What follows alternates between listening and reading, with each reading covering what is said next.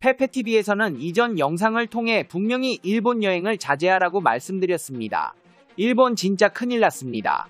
지난 1일 규모 7.6의 강진이 발생한 일본 노토반도 북동쪽 해역에서 9일 오후 5시 59분쯤 다시 한번 규모 6.0의 지진이 발생했습니다. 일본 기상청은 이번 지진의 진원 깊이가 10km이며 니가타현 나가오카시에서 진도 5약의 흔들림이 감지됐고 노토반도 일부 지역에서는 진도 4의 흔들림이 관측됐다고 알렸습니다. 지진뿐만 아니라 쓰나미도 큰 위협이 되고 있습니다. 교토대학방재연구소의 연구자들이 노토반도 지진으로 발생한 쓰나미에 대해서 조사한 결과 와지마시나 주주시 등 반도의 동서에서 높이가 4.1m를 넘는 침수가 있었고 최대로 5.1m 침수한 지역이 있었다고 밝혔습니다. 이 같은 결과는 일본 기상청의 보도와는 다른 것인데 기상청에 의하면 주주시에 설치한 조위계는 지진 직후에 관측 불능이 된 것은 물론 와지마시의 관측점에서는 조위가 1.2m까지 상승한 후에 데이터가 중단되었다고 알려졌습니다. 1.2m 밖에 되지 않을 리가 없다고 생각한 교토대학 방재연구소의 모리 노부토 교수와 간사이 대학의 야스다 세이히로 교수 연합은 쓰나미의 피해 상황을 자세히 파악하기 위해 5일부터 7일에 걸쳐 노토반도에서 현지 조사를 실시했고 결국 쓰나미가 4m를 넘었다는 사실을 알아냈습니다. 이 쓰나미의 위력이 얼마나 대단한지 알 수 있는 영상이 공개돼 화제가 되고 있는데요. 일본 혼슈 중부 이시카와현 노토반도에서 지난 1일 규모 7.6 강진 발생 당시 쓰나미 경보의 위험을 감수하고 길을 가던 할머니를 구조한 남성 운전자가 화제를 모으고 있습니다. 강진 당시 노토반도 북동부 해안 지역 주택가를 지나던 한 남성 운전자는 지팡이를 짚고 천천히 걸어가던 할머니를 발견한 후 차에 태웠고 이후 9초 만에 쓰나미가 마을을 덮쳤습니다. 차량 내 블랙박스 영상을 통해 당시 상황을 자세히 살펴보자면 이 운전자는 발견 당시 할머니를 지나쳤으나 좋지 않은 예감이 들었는지 할머니에게 돌아가 지진이 발생했다. 왜 안전한 위쪽으로 올라가지 않냐고 물었고 이어 할머니에게 자동차에 탈 것을 재촉했습니다.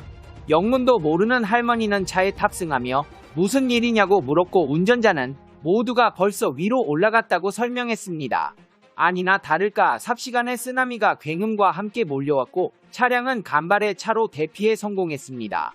이같이 구사일생으로 목숨을 구하는 이도 있었지만 현재 일본의 지진 피해자는 기하급수적으로 늘어나고 있습니다. 이시카와현 내에서만 희생자가 200명을 훌쩍 넘었고 연락이 두절된 실종자들이 많아 앞으로도 늘어날 것으로 보입니다. 노토반도 지진 발생으로부터 9일째가 되는 1월 9일 대규모의 화재가 일어난 이시카와현 와지마시의 관광명소 와지마 아침시장에서는 이시카와현 경찰 등에 의한 일제수색이 시작되었습니다. 특히나 이 와지마시 가와이초의 아침시장 거리에서는 대규모의 화재가 발생해 주택 등 약 200동이 전소되어 피해를 키웠습니다. 일본 국토지리원에 따르면 약 48,000제곱미터가 소실된 것으로 보입니다. 일본 정부는 발등에 불이 떨어졌습니다. 기시다 총리는 정부의 비상재해 대책본부에서 호텔이나 여관 등의 2차 피난 장소의 확보를 서두르도록 지시했습니다. 그러면서 장기간 피난 생활에 의해 위생환경, 생활 환경의 악화가 현저하게 되고 있다. 병이나 노인, 임산부 등 특히 배려가 필요한 분을 최우선으로 다른 지역의 2차 피난을 서두르기를 지시했습니다.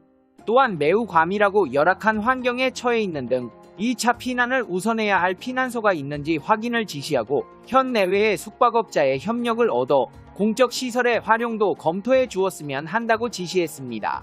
하지만 이 같은 기시다 총리의 행보는 언론 보도를 통해 나타날 뿐 실제 이재민들은 불만이 쌓여가고 있습니다. 3만여 명의 이재민들은 하루에 한 끼만 먹는 등 열악한 피난 생활을 이어가고 있습니다. 재해 지역엔 단전이 여전한 데다 도로 복구도 늦어지면서 이재민들이 묵고 있는 일부 피난소의 식량과 같은 필수 물자 공급이 원활하지 않습니다. 피난민들이 하루 한 끼의 주먹밥에 의존하는 열악한 상황이 길어지는 것입니다. 아사히 신문 등 일본 언론에 따르면 이시카와현엔 66,000가구가 단수, 23,000가구는 정전인 상태이며 피난소 약 370곳엔 3만 명 이상의 이재민이 대피하고 있습니다. 하지만 일본 정부는 이번 주에야 지진을 격심재해로 지정해 47억 4천만엔 약 430억 원을 지원하기로 가계 의결할 예정입니다. 도장 문화에 익숙한 일본 행정 제도의 한계점이라고 할 수 있는데 전통과 문화를 계승한다며 자랑을 하던 도장이지만 이 같은 위급 상황에서는 피해를 키워 나갈 뿐입니다. 현재 최대 피해 지역인 이시카와현 와지마시에 진입하는 도로 대부분이 함몰과 파손 균열 탓에 절단돼 물자 공급이 원활치 않은 상황입니다. 일본 정부는 물자 공급과 긴급 복구를 위해 자위대 1만 명을 편성했지만 현재까지도 절반 이상이 진입조차 못하고 외곽에 대기하고 있는데 이 같은 병력 수치마저도 2016년 구마모토 지진 때 자위대 2만 5천 명을 편성한 데 비해 작은 규모입니다. 이런 가운데 일본의 야당 정치인이 재해 현장을 방문했다가 한 끼 식사를 제공받은 사실이 알려지면서 일본 여론이 들끓고 있습니다.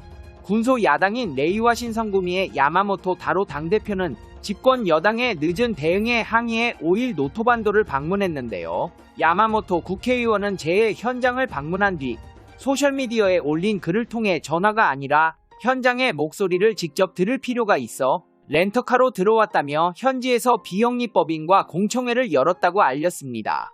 문제는 공청회 당시 저녁 배식을 함께 먹자고 제안해 추운 날씨에 카레를 먹고 차박을 했다는 부분입니다. 집단에는 기시다 총리도 하지 않는 일을 본인이 했다며 위험한 현장을 찾아간 야당 대표라는 여론을 기대했지만 막상 반응은 분노 섞인 댓글들 뿐이었습니다. 일본 네티즌들은 먹을 게 부족한 재해 지역에서 당신이 한 끼 먹으면 다른 사람은 못 먹는다. 재해 지역에 들어가는 자원봉사자는 본인 식량은 본인이 챙기는 게 원칙이라고 비난했습니다. 정작 비상재해대책본부장으로 현장 지휘가 필수적인 기시다 후미오 일본 총리는 헬기를 통해 바로 재해 현장에 갈 수 있음에도 방문을 거부하고 있습니다. 방송국 BS 우지의 한 프로그램에 출연한 기시다 총리는 현장에 언제 가느냐는 질문에 가능한 빠른 타이밍에 방문하고 싶다. 현지는 어려운 상황이니 꼼꼼하게 확인한 뒤 적절한 시기를 생각하겠다고 답했습니다. 뭐가 그리 바쁘길래 총리라는 사람이 재해 지역 방문을 꺼려하고 있는 것일까요? 기시다 총리의 일정을 살펴보자면 5일에는 경제단체와 언론이 주최한 신년회 3군데에 연달아 참석했는데 이 모임은 경제 3단체, 일본노동조합 총연합회, 언론사 지지통신이 각각 주최한 신년회였습니다. 한마디로 연초에 파티를 벌이고 있다는 것입니다. 여기에 더해 방재 담당 부처인 내각부의 간다 주니치 정무관은 지진 다음 날인 2일 SNS에 오늘은 하루 종일 휴무, 오후에는 라디오를 들으며 이틀 전에 내린 눈을 밟으면서 조깅을 즐겼다는 글을 올렸습니다. 재해가 터졌는데도 평화로운 일상생활을 보냈다고 자랑한 것인데 일본 네티즌 사이에선 내각부 공무원이 이재민들을 기만했다. 얼어붙은 피난시설이나 자동차에서 밤새 떨며 공포와 추위에 맞서는 이들의 기분을 조금이라도 생각한다면 할 수 없는 행동이다. 붕괴된 가옥에 생매장당한 국민이 많은데 기시다 총리가 TV에 나와 웃으면서 말해도 되느냐는 비판이 나오고 있습니다. 여기에 더해 일본의 전 총리로 유명한 아소 전 일본 총리는 지진은 안중에도 없고 대만 해협을 둘러싼 긴장이 높아지고 있다면서 유사시 일본이 싸울 수 있는 준비를 해야 한다고 밝혔는데요. 아소 부총재는 후쿠오카현에서 열린 행사에 참석해 대만 유사시 일본인 대피 문제를 언급하며 대만이 싸워주지 않으면 일본인을 무사히 구출하는 게 어렵다. 우리 일본은 잠수함 등을 사용해 대만 해협에서 싸우게 된다. 그에 맞는 준비를 해야 한다고 말했습니다. 아소 부총재는 지난해 8월 대만을 방문해서 강연할 때도 대만 해협이 평화와 안정의 중요성은 세계의 공통 인식이 되고 있다며 일본과 대만, 미국 등 뜻을 같이 하는 국가가 싸울 각오를 하는 것이 지역 억지력이 될 것이라고 말한 바 있습니다. 이에 대해 중국 정부는 일본의 개별 정치인이 중국에 반대해도 기어코 대만을 방문해 대만 해협의 긴장을 과장하고 대립을 선동했다며 강력하게 항의했습니다. 부적절한 발언으로 빈번하게 물의를 빚은 아소 부총재는 지구온난화를 긍정적으로 표현하기도 했는데요. 최근 그는 지구온난화에 따라 일본 북부 홋카이도의 쌀이 맛있어지고 딸기 아마오도 크고 재배가 쉬워졌다고 말했습니다. 지진으로 열도가 침몰하고 있는데 신년회 참석으로 국민적 허탈감을 느끼게 하고 군사적 분위기나 고조시키는 일본 정부, 대체 무슨 생각인지 모르겠습니다.